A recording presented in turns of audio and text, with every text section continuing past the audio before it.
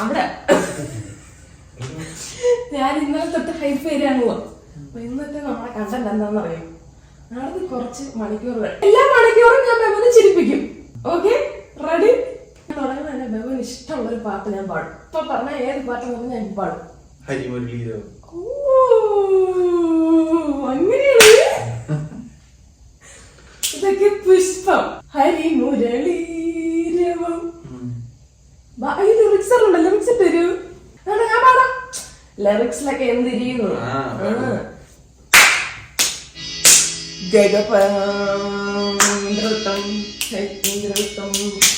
Harimuraleeravam Haritha